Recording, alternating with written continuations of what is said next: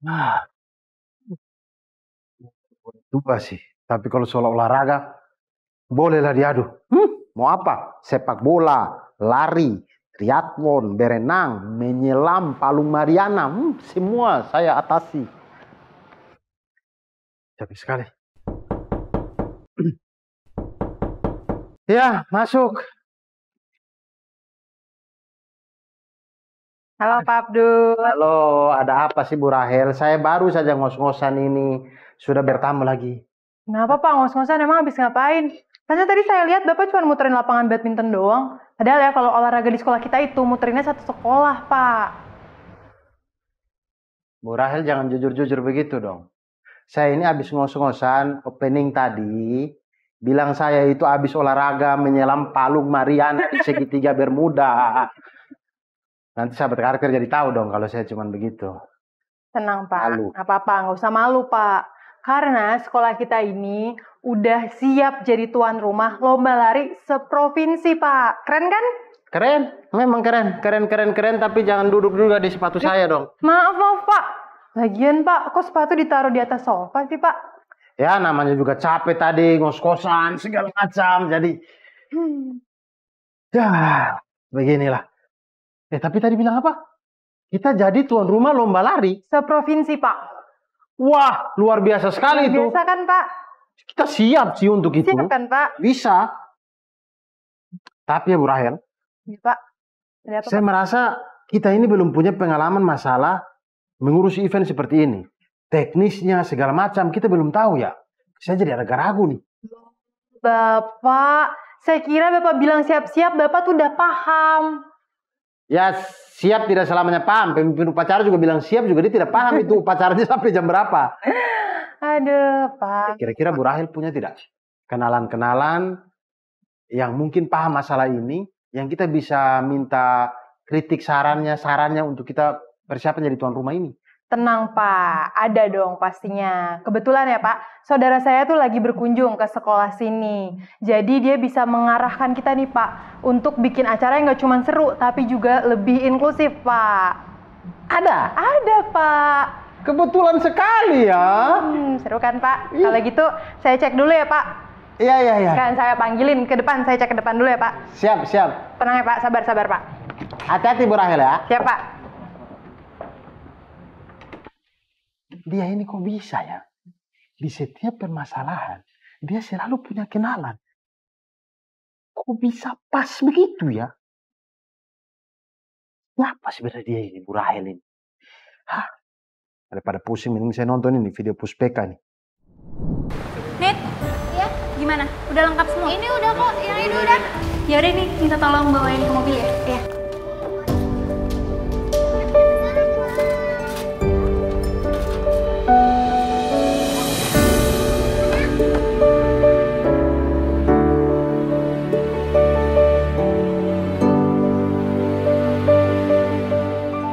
Assalamualaikum.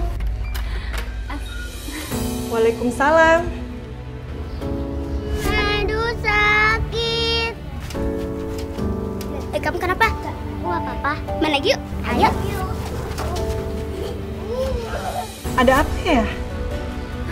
Ini Bu, ada sedikit rezeki dari kami, mohon diterima. Makasih banyak ya Neng ya. Iya Bu, kami permisi dulu ya.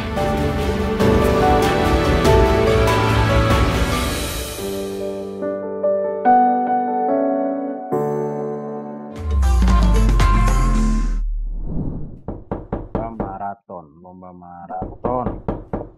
Ya masuk. Halo Pak Abdur, ini dia kakak saya. Beliau ini namanya Kak Vigo Saputra, Pak. Halo Mas Vigo, selamat datang. Silakan duduk. Makasih. Ya, selamat datang di karakter atau ruang BK. Ini adalah ruang di mana kita bisa berbicara untuk penguatan karakter dan tidak perlu takut karena di sini aman dan nyaman untuk bercerita karena dasarnya memang ruang BK itu adalah ruang yang tidak menyeramkan dan memang tidak perlu untuk dihindari. Ya. Ya Pak, jadi Kak Vigo ini adalah atlet para atletik berprestasi loh Pak. Tahun ini aja Kak Vigo menyabet 4 medali emas di ASEAN Para Games. Betul kan Kak Oh, Vigo? yang di Solo itu. Betul Pak. Nah, itu di cabang apa saja itu, Mas? Itu saya di cabang para atletik. Para atletik. Oh, itu apa saja tuh cabang? Nomornya lari, Oh, lari, lempar, lompat jauh, lompat jangkit, sama lompat tinggi sih. Dan itu dapat 4 medali. Iya. Emas. Mas.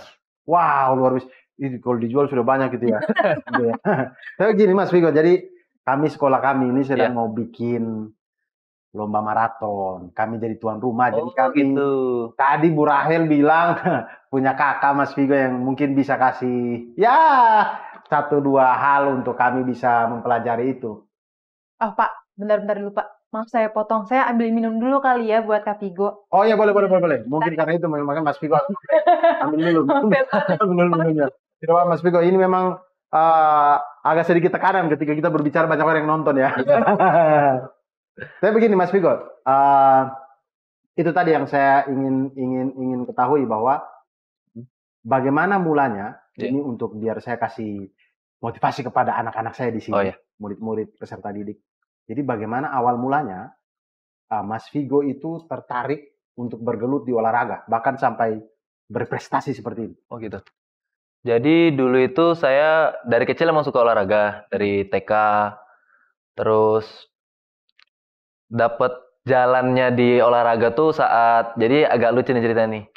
Jadi waktu saya ada tugas prakarya dari sekolah, dimintai tolong sama guru buat cari kayak triplek gitu. Oh, oke. Prakarya ini sesuatu yang dibuat dari triplek. Iya. Oke. Terus cari ke toko kayu, ketemu seorang bapak. Oke. Disabilitas juga. Yang ternyata itu atlet para games. Oke. Jadi menawarkan saya buat, Mas, ada nih wadahnya untuk teman-teman kita para difabel buat berprestasi juga. Kalau boleh tahu Bapak itu dia di cabang apa? Di cabang tenis meja. Oh, beliau tenis meja. Iya. Oke, kemudian menawarkan kepada Mas Vigo pada waktu itu. Untuk ada nih wadahnya. Iya. Nah, terus ya masuk. Ini Pak, minumnya 2. Lagi. Buat Kak Vigo 1. Buat Mas Vigo lagi satunya. Oh, atlet. Butuh banyak cairan. Betul. Terhidrasi ya Pak. Betul, biar tidak dehidrasi. Nah, akhirnya tadi Bapak itu mengatakan bahwa ada nih wadahnya. Iya. Lalu kemudian ceritanya? Ceritanya, jadi saya dikasih alamat sama nomor telepon beliau. Terus saya pulang, kasih tahu ke orang tua, dan orang tua support langsung. Jadi, oke, kita coba nih. Siapa tahu jalannya di sini. Itulah awal dari ketertarikan dan menuju jalan atlet ini. Iya. Terus masalah prakaryanya jadi atau tidak itu? Ini lagi ngomongin jadi juga. Awal mula. Awal mula Mas Vigo akhirnya tertarik di dalam dunia atlet. Saya tadi ambil minum, maaf ya. Kak. Prakarya tripleknya jadi? Jadi juga? Dari Bapak itu juga? Enggak. Jadi Bapak itu tukang kayu tapi sudah prakarya nanti aja, kau jadi atlet aja ya gitu ya. Iya. Oke. Oke, kalau Kak Vigo saya bertanya ya Pak ya. Perhatian ya Pak. Kak Vigo, saya boleh tahu nggak sih dukungan dari lingkungan tuh seperti apa sih untuk Kak Vigo selama menjadi atlet ini? Oh iya. Tadi kan orang tua support. Nah, lingkungan yang lain seperti apa? Lingkungan sekitar. Untuk lingkungan juga sama halnya kayak orang tua, jadi support juga. Dan sekarang udah banyak akses buat kita, teman-teman disabilitas, untuk memulai karir mungkin ya. Untuk di olahraga, bisa di musik, dan lain-lain. Dan banyak juga yang support untuk melihat kita tampil dengan kekurangan kita untuk bisa sama dengan teman-teman yang normal begitu. Nah, untuk berlatih yang selama yang waktu di wadah itu segala macam berlatih, akses untuk mendapatkan alat atau apa segala macam sarana dan prasarana itu mudah atau sulit untuk Mas Vigo sendiri? Oh, untuk saya puji Tuhan Mudah sih, karena ada wadah yang namanya NPC Indonesia. Adbis, NPC Indonesia. Adbisi Indonesia. NPC, iya. Oke. Atau dibaca National Paralympic Committee. Oke. Jadi itu wadah untuk menampung teman-teman disabilitas yang mau menjadi atlet, Ah. yang bisa sampai ke kancah internasional begitu. Oh, jadi sangat disupport dan sangat dibantu sama Iya. mereka ini. Oh, luar biasa ya. Luar biasa sekali itu. Nah, kalau gitu ada nggak sih selama perjalanan ini tantangan terberat yang Kak Vigo pernah hadapin? Terus gimana sih cara mengatasi tantangan tersebut?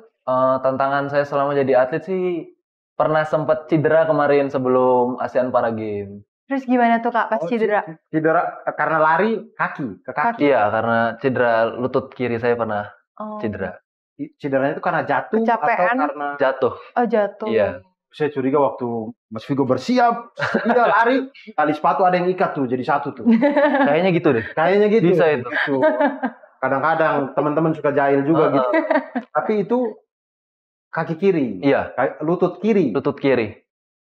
Lalu apa tuh Iya. jadinya pada waktu itu? Langsung saya bawa ke Sakal putung. Haji Naim. Bawa kemana sih? Saya nggak tahu kalau cedera-cedera gitu. langsung ke rumah sakit sih buat MRI. Terus dicek, kemudian dibawa ke fisioterapi. Nah, ketika dicek ternyata apa? Ada urat salah atau apa? Itu dia didiagnosis pertama ACL. Otomatis saya kaget juga. Kan kalau di karir atlet tuh yang paling ditakutin kalau di lutut tuh ACL. ACL itu yang tempurung kita ini. Ligamen. Penyambung ya? Iya, ligamen antara sendi Kaki sama sendi Atas sama bawah ini. Dan abis itu dibawa ke dokter lain dan ternyata memang bukan ACL, tapi temennya PCL, tapi cuman grade 1 gitu. Oh, masih aman. Masih aman lah, masih nggak harus operasi. Oke, lalu itu sembuh dalam Sembuh dalam 4 bulan, 4 bulanan sih. Jadi selama 4 bulan tuh berhenti dulu dari Iya. latihan ya? Fokusin di fisioterapi sambil penyembuhan juga. tapi masih sempat akhirnya ikut para games yang Itu masih sempat. Dong Pak, dapat 4 medali emas. Betul. Saya semakin itu seandainya kalau penyembuhannya tidak terlalu cepat, 4 medali emas kita kalah tuh. Kita tidak dapat tuh. Alhamdulillah dapat ya. Iya Pak. Jadi saya juga semakin paham nih betapa pentingnya buat kita itu menjaga kesehatan, menjaga Betul, inklusivitas kita. Betul. Terutama di sekolah ini ya, Bu Rahel ya. Nah, setelah ini saya mau ajak Mas Vigo keliling-keliling sekolah dulu biar melihat bagaimana apakah fasilitas sekolah-sekolah kami ini sudah Memadai. memadai untuk masalah semua orang bisa mendapatkan saran-prasarana dalam olahraga dan segala macamnya. Tapi sebelumnya kita istirahat dulu sambil nonton. Saya ada video Puspeka ini, video keren sekali. Nah, ini dia.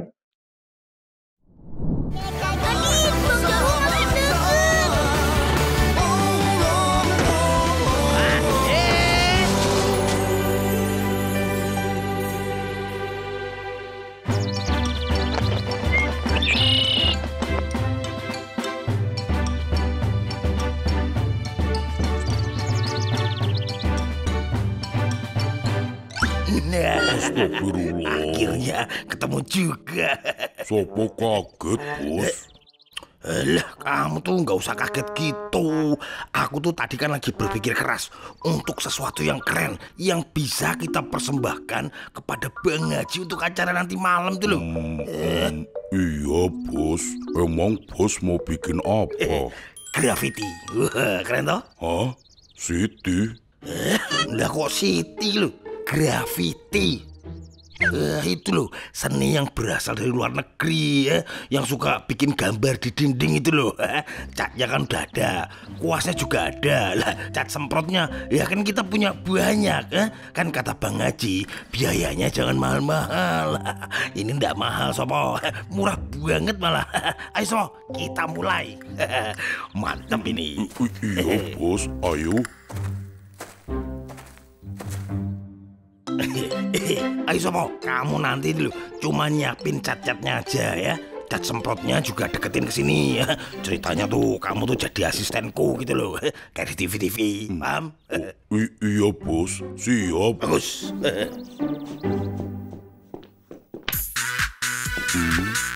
Wah, tumben bos pakai musik. Loh, lah ya iya dong. Biar semangat. Sekaligus biar kayak di luar negeri gitu loh. You know? Ready? Oke sama. Kita let's go. Kita ngechat.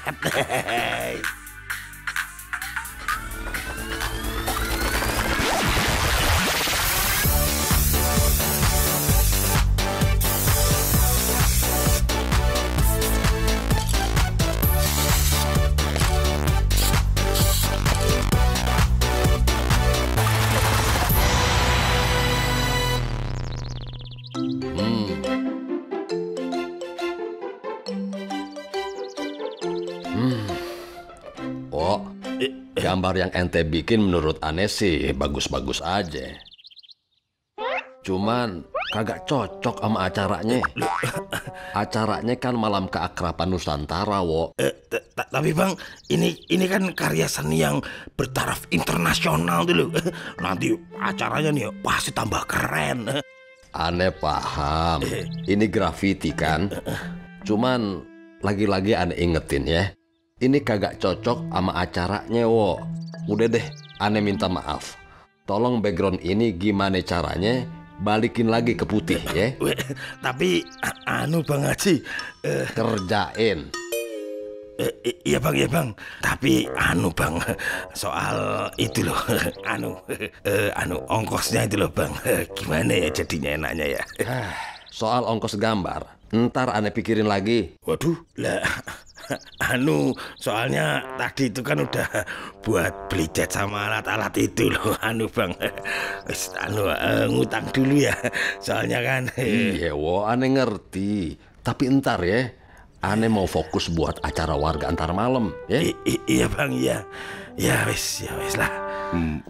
Yang sabar ya bos. Iya, sabar. Bagaimana nih urusannya? Masya Allah. Assalamualaikum Pak Haji. Waalaikumsalam. Nah, pucuk dicinta ulam pun tiba. Pak Haji ngomong apa, Dit? Itu kalimat pepatah, Denis. Artinya, dia lagi menunggu sesuatu yang akhirnya datang atau muncul, Denis. Nah, itu tuh maksudnya. Oh ya, Dit, tolong bantu saya ya, biar acaranya bisa terlaksana. Oke, Pak Haji.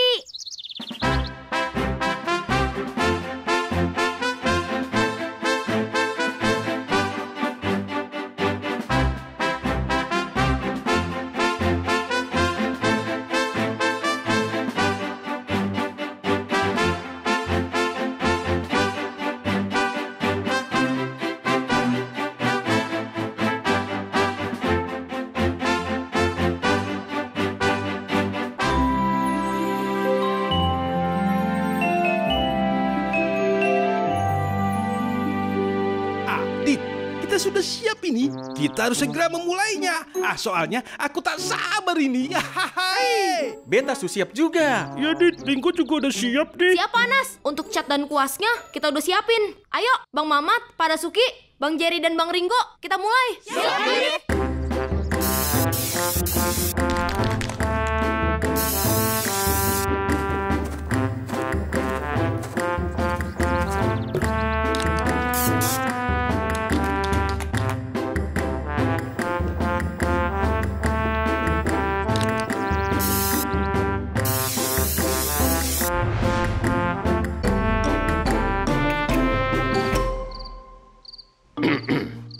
Assalamualaikum warahmatullahi wabarakatuh. Waalaikumsalam warahmatullahi wabarakatuh. Malam ini kita akan saksikan acara peragaan pakaian adat dari Indonesia. Cak.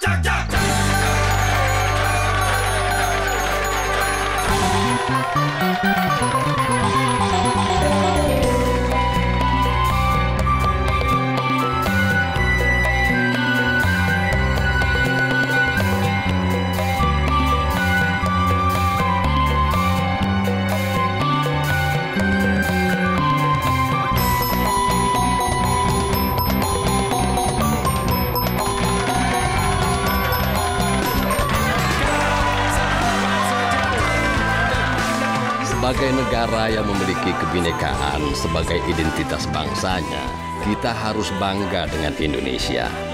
Kebinekaan ini telah menciptakan perasaan untuk menghormati keberagaman dan memiliki jiwa toleransi terhadap perbedaan. Tugas kita adalah mempertahankan budaya luhur, lokalitas, dan identitasnya. Kebinekaan global juga mendorong kita untuk memiliki pikiran terbuka untuk berinteraksi dengan budaya lain, sehingga menumbuhkan rasa saling menghargai di antara kita.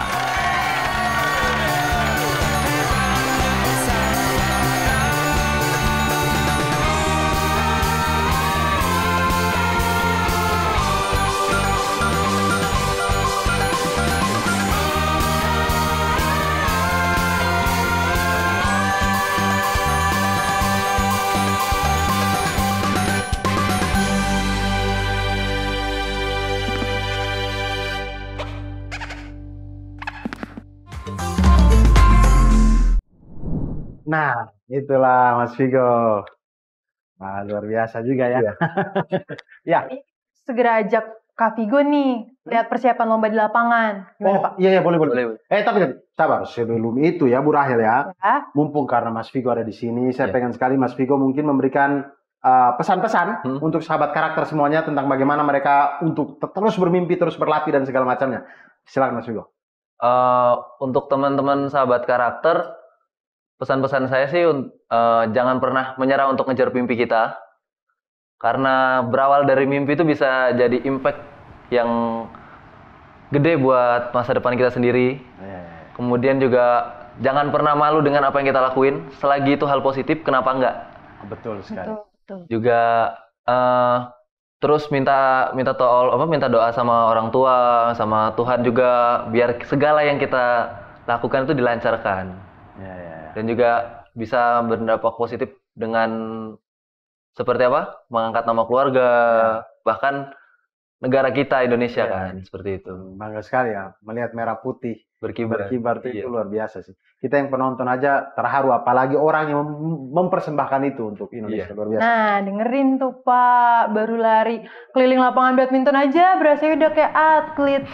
Larinya dikit, ngeluhnya banyak. Aduh, selalu saja saya ini selalu salah di matamu ya, Bu Rahel ya. Tapi saya itu ya namanya juga pelan-pelan. Tenang, abis ini saya langsung lari sampai rumah.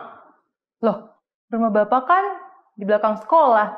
Deket dong. Ya justru dekat, makanya saya lari, Bu Rahel. Kalau jauh naik angkot, Pak. Iya dong. Oh, gitu. Oh, silakan, mari. Saya tunjukkan fasilitas-fasilitas keliling-keliling sekolah ini. Mari, Kak Vigo.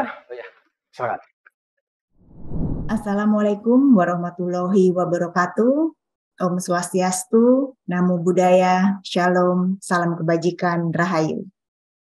Sahabat karakter, pendidikan inklusif berarti tidak hanya tentang menerima peserta didik dengan kebutuhan khusus saja. Namun, inklusif artinya satuan pendidikan mampu menyelenggarakan iklim pembelajaran yang menerima dan menghargai perbedaan, baik perbedaan sosial, budaya, agama, dan suku bangsa. Pembelajaran yang mampu menerima segala perbedaan identitas para peserta didiknya, serta mampu mengantarkan mencapai prestasi yang gemilang. Keputusan Kepala Badan Standar Kurikulum dan Asesmen Pendidikan tahun 2022 tentang dimensi, elemen dan subelemen profil pelajar Pancasila pada kurikulum merdeka, khususnya elemen akhlak kepada manusia, disebutkan bahwa sebagai anggota masyarakat, pelajar Pancasila menyadari bahwa semua manusia setara di hadapan Tuhan. Indonesia tercipta sebagai negara yang indah dan penuh dengan kemajemukan. Kemajemukan itulah yang menjadikan Indonesia sebagai bangsa yang hebat. Maka sebagai pelajar Pancasila, kita perlu menghindari sikap-sikap eksklusif yang dapat mengotak-ngotakkan kita ke dalam perpecahan. Menolak prasangka buruk, diskriminasi, intoleransi, dan kekerasan terhadap sesama manusia, baik karena perbedaan fisik, ras, kepercayaan, maupun agama. Mengutamakan persamaan dan kemanusiaan di atas perbedaan, serta menghargai perbedaan yang ada dengan orang lain. Mari kita saling bergotong royong, mendukung satu sama lainnya untuk dapat mengembangkan potensi yang dimiliki, menjadi insan berprestasi dalam pendidikan yang setara untuk semua warga negara, menjunjung tinggi inklusivitas dan kebinekaan.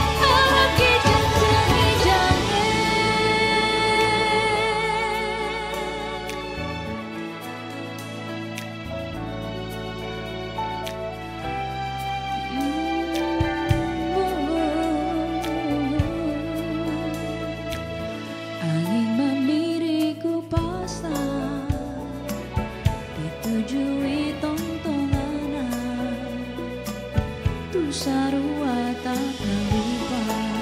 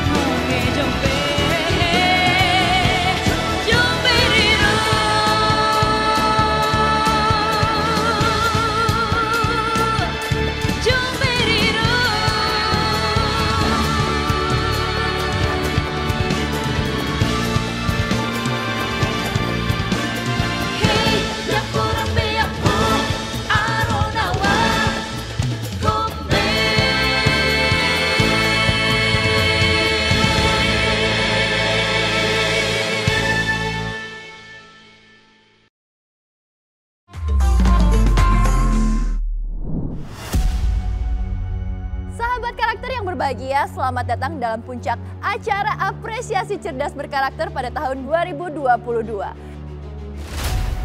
Pada kesempatan kali ini, kita akan sama-sama menyaksikan nih pemberian apresiasi kepada sahabat karakter yang telah berpartisipasi aktif dalam penyebaran penguatan karakter.